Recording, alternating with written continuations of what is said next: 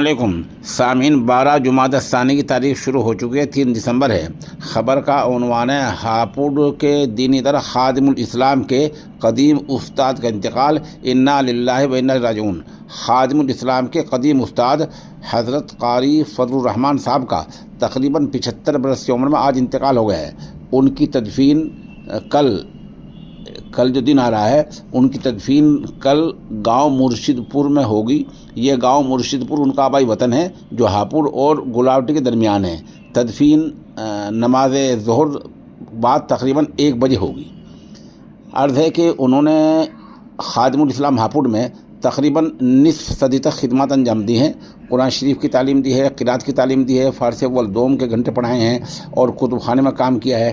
اس طرح انہوں نے خدمات انجام دی ہیں۔